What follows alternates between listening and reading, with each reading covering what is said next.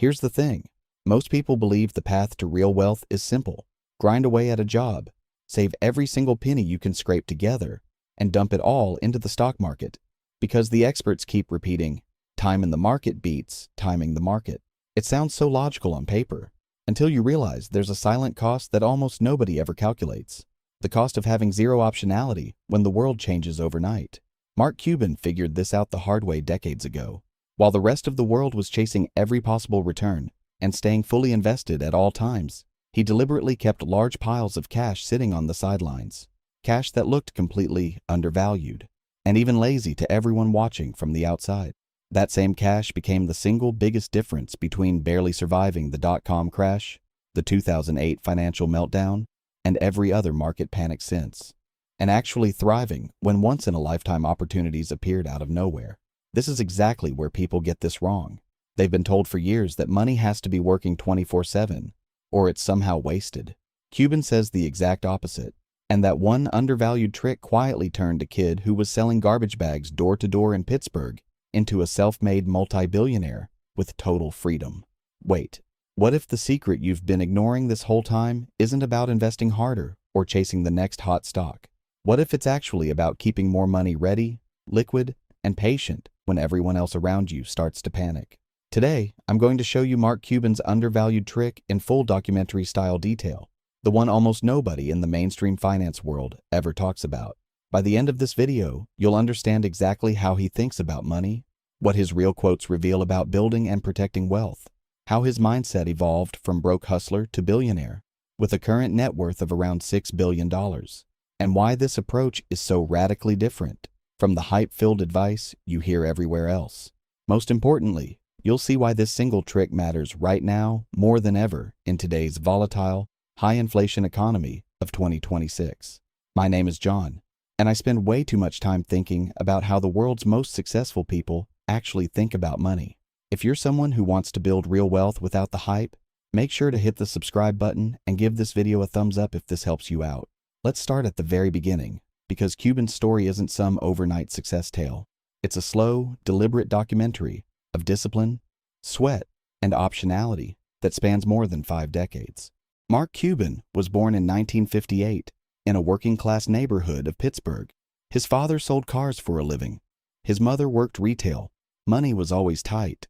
At just 12 years old, he was already out hustling, selling garbage bags door to door after school just to buy a pair of expensive sneakers he wanted. He didn't do it because he loved sales. He did it because he hated being broke more than anything else. A few years later, he was selling stamps door to door and even giving disco lessons to help pay his way through Indiana University. Here's what most people don't realize about that early chapter. That simple childhood hustle planted the deepest seed for everything that came later.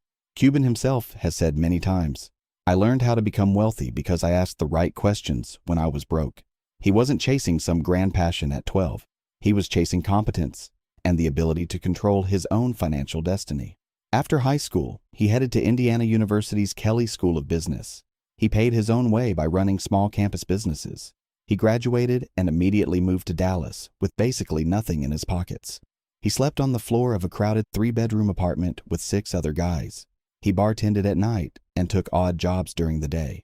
Then he landed a sales job at a computer store, only to get fired on the spot because he refused to clean the store floor instead of closing a big sale for a customer. The very next day, he started MicroSolutions, a tiny computer consulting company with literally zero capital and one single customer who fronted him the money for the software. Most people would have seen that as a setback. Cuban saw it as the starting gun. He even sent handwritten sales pitches in 1989, emphasizing how he could help clients solve real problems, not just sell hardware.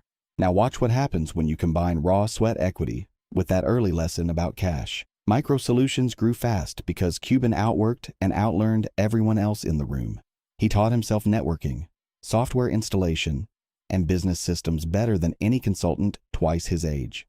He lived cheap, saved aggressively, and poured every extra dollar back into growing the company instead of lifestyle upgrades. In 1990, just 8 short years after starting, he sold MicroSolutions to CompuServe for $6 million. After taxes, he walked away with roughly $2 million in his pocket at age 32. Here's the dangerous assumption most people still make today when they hear a number like that. Okay, he's set. Just park it all in index funds and ride the market forever.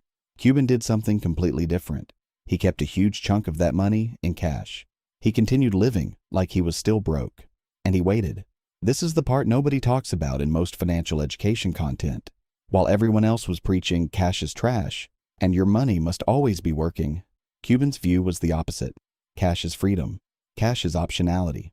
Cash is the ultimate undervalued asset when real opportunities knock. As he said recently, cash still matters.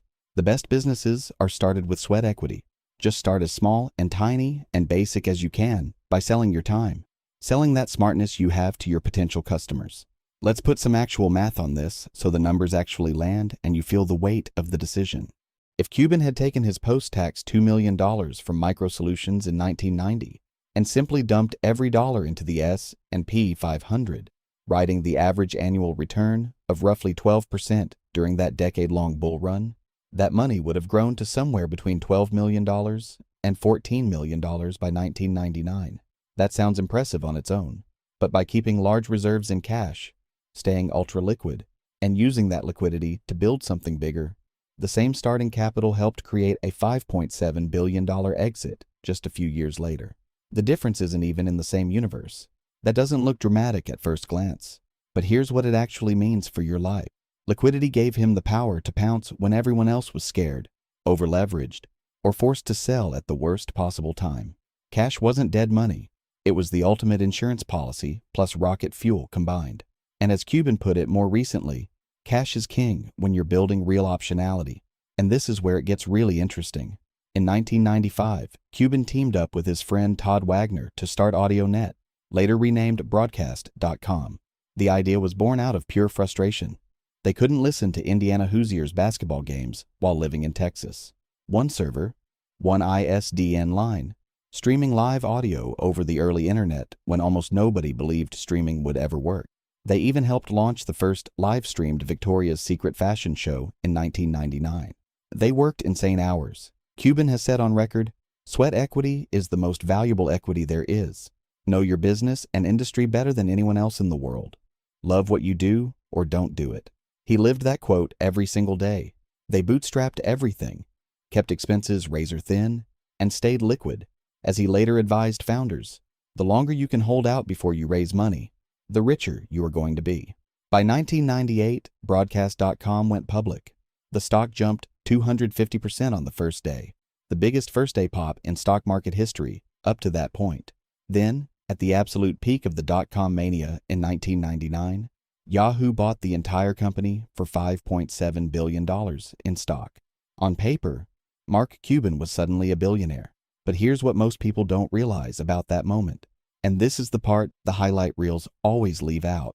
Cuban didn't just ride the wave and hope for the best. He immediately hedged almost all of his Yahoo shares. That single disciplined hedge, later called one of the top 10 trades of all time, protected the vast majority of his fortune when the bubble burst in 2000. And tech stocks collapsed 80% or more.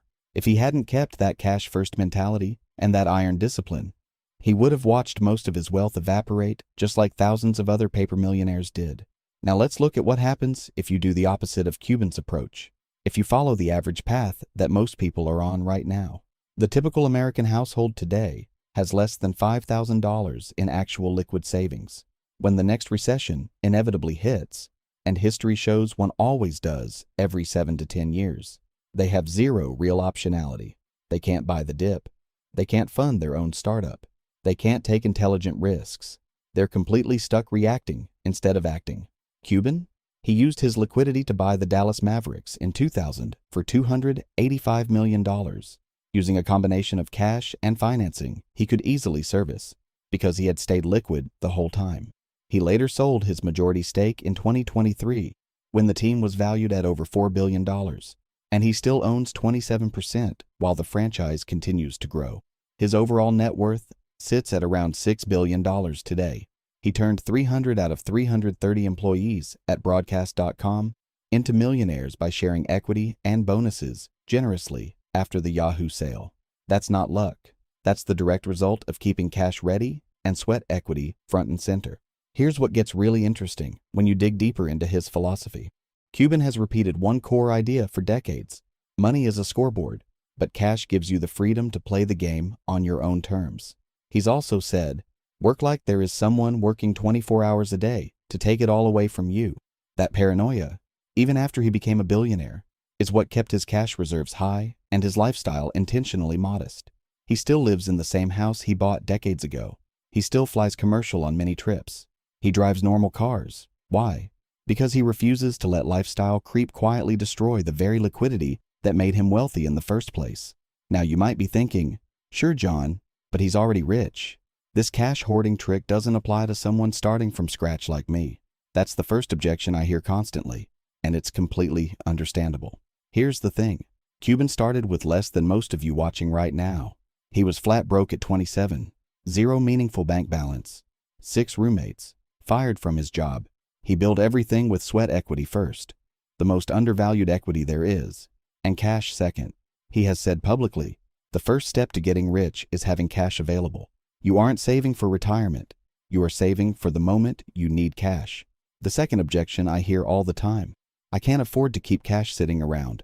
Inflation will eat it alive. That's fair on the surface. Cuban agrees inflation is real and dangerous. That's exactly why he only keeps 6 to 12 months of living expenses, plus a separate opportunity fund in cash or high-yield money markets, earning 4 to 5%. Everything else gets deployed only when he sees true, asymmetric value. He even recommends putting that cash in a money market account and letting compound interest work while you wait. Think of cash the way Cuban does, like a fully charged fire extinguisher sitting in your house. You don't spray it around every single day. Most years it just sits there looking unproductive. But the moment the fire starts, whether that's a market crash, a personal emergency, or the perfect business opportunity, that extinguisher suddenly becomes the most valuable thing you own. And most people treat their entire financial life like it's always on fire, constantly moving money, constantly stressed, constantly chasing returns. Cuban keeps the extinguisher full, ready, and undervalued on purpose. Let's pause for a moment and look at what happens if you delay this mindset by even 10 years. Imagine you're 35 right now and you decide to keep living the average path. Fully invested, no real cash buffer, lifestyle creeping upward with every raise. 10 years from now, you're 45. Another recession hits, and you suddenly realize you have no dry powder to buy the dip or launch the business you've been dreaming about. The opportunity cost compounds silently. Cuban didn't wait. He started protecting liquidity in his 20s and 30s, when it felt hardest. And that early discipline is exactly what created his freedom later. As he advises, the longer you can hold out before you raise money, the richer you are going to be. Fast forward through the years, and the same playbook repeats itself. On Shark Tank since 2011, Cuban has invested in more than 200 companies. His rule is simple and consistent. He only puts capital into businesses he truly understands and where he has a clear information advantage. He still maintains massive cash reserves even today. He has said on camera multiple times, the stock market is probably the worst investment vehicle out there, unless you have a real edge. Instead, put it in the bank. The cheaper you can live, the greater your options. In 2022, he launched Mark Cuban Cost Plus Drugs for the exact same reason. He spotted an undervalued problem in prescription pricing, used his cash and sweat equity to solve it, and ignored all the noise from the big pharmaceutical middlemen. By 2026, the company has expanded to over 6,000 medications and formed partnerships to lower costs even further. Same strategy that worked in 1982, 1995, and 2000. He's still doing it. Here's what most people don't realize even now. Cuban's net worth sits around $6 billion as of early 2026. But the real story isn't the number on the scoreboard. The real story is the optionality that number represents. The freedom to say yes or no on his own terms while living frugally and avoiding high-interest debt. And this is where it gets really interesting. Cuban's entire philosophy boils down to this: live below your means, prioritize saving and emergency funds, avoid high-interest debt, and treat sweat equity as your greatest investment. He believes all billionaires share some luck, but the real edge comes from outworking everyone and keeping cash ready. So let's get extremely practical. What can you actually start doing with this Cuban mindset tomorrow morning? Here are 5 clear no-hype steps you can implement immediately, plus 2 bonus tactics pulled straight from his recent advice. Calculate your true Cuban liquidity number right now. Add up 6 full months of your current living expenses. Then add a separate opportunity fund equal to at least 10% of your current net worth. Move that entire amount into a high-yield savings account or money market fund earning 4 to 5% today. Do it before the weekend. Automate your daily sweat equity. Block 2 non-negotiable hours every single day. No phone, no distractions. To learn your industry or skill deeper than anyone else around you. Cuban read every manual, every contract, every competitor's materials. You have free tools today that he didn't have in the 80s. Use them. Ruthlessly avoid lifestyle creep. The next time you get a raise, bonus, or tax refund, automatically route 70% straight into your liquidity fund before you even see the money in your checking account. Cuban still lives like the 32-year-old who just sold his first company. Track your personal information advantage score before every single investment. Before you buy any stock, crypto, or side business, ask yourself honestly, do I know something material about this that 99% of the market does not? If the honest answer is no, walk away. Cuban only invests when that edge is crystal clear. Start small and obsess over execution. Cuban launched MicroSolutions with one single customer and a borrowed idea. You don't need millions or perfect timing. You need one proven win that builds your confidence and your cash reserves at the same time. Bonus 1. Put any extra cash into a money market account and let it compound at 5% while you wait for opportunities. Exactly as Cuban recommends today. Bonus 2. Focus on organic growth and hold out on raising outside money as long as possible so you keep more ownership, just like he did with Broadcast.com. The Cuban money lessons you can use today. Mark Cuban never treated money as the final destination. He treated it as a quiet tool for freedom, optionality, and the ability to move when others freeze. His biggest lesson that applies to every single one of us is that sweat equity remains the most undervalued asset on earth even in 2026. You do not need rich parents, Ivy League connections, or perfect economic timing. What you need is to outwork and outlearn everyone else in your space while deliberately protecting enough cash to say yes when real opportunities finally appear. Start implementing this today by calculating your liquidity buffer, refusing to let lifestyle creep steal your future choices, treating every single day like someone is working 24 hours to take it all away from you, and measuring your progress on the scoreboard only after you've secured your freedom. Do that consistently for the next 10 years, and you won't just build wealth. You'll build the kind of calm, option-filled life that most people only ever dream about on the sidelines. Picture yourself 10 years from now. You've protected your cash buffer like Cuban. You've put in the daily sweat equity without fail. You've waited patiently instead of forcing every dollar into the market out of fear of missing out. You wake up each morning with real options instead of obligations. You have the freedom to walk away from bad situations, to say yes to the right ones, and to actually enjoy the scoreboard instead of being controlled by it. That is the quiet power Cuban has lived for decades. That is the real undervalued trick almost everyone is still ignoring. If this deep dive documentary, look at how Mark Cuban actually thinks about money and wealth, hit home for you today, comment below with your current liquidity number, 6 months of expenses plus your opportunity fund, and I'll personally help you estimate how much real optionality you already have built in. My name is John, and I'm not a financial advisor. This video is for educational purposes only. Always do your own research and make financial decisions based on your individual situation.